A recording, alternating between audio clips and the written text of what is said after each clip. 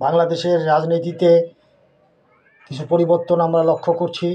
সে পরিবর্তনগুলো হলো যে ঘাপটি মেরে চুপ করে লুকিয়ে থাকা, পালিয়ে থাকা আওয়ামী রেজিমের লোকজন আস্তে আস্তে মাথাচাড়া দিয়ে উঠতে শুরু করেছে এবং তাদের অবৈধ লুটপাটের অর্থ তারা আবার বিনিয়োগ করতে শুরু করেছে সাধারণ মানুষের মধ্যে, নানা খারাপ ক্রিয়াকর্মের মধ্যে। নানা জায়গায় তারা এই অর্থের যোগান দিয়ে দেশে অরাজকতা তৈরি করবার চেষ্টা করছে, অশান্তি তৈরি করবার চেষ্টা করছে।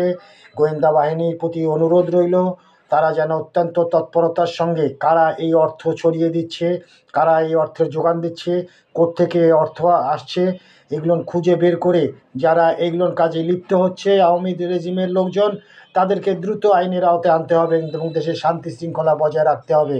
কোনো অবস্থাতেই অশান্তি তৈরি করতে দেওয়া যাবে না। এই আওয়ামী রেজিমের লোকজনকে, সরকারকে এইভাবে অত্যন্ত সচেতন হতে হবে, সজাগ হতে হবে এবং কঠিনভাবে সে সমস্ত পালন করতে হবে।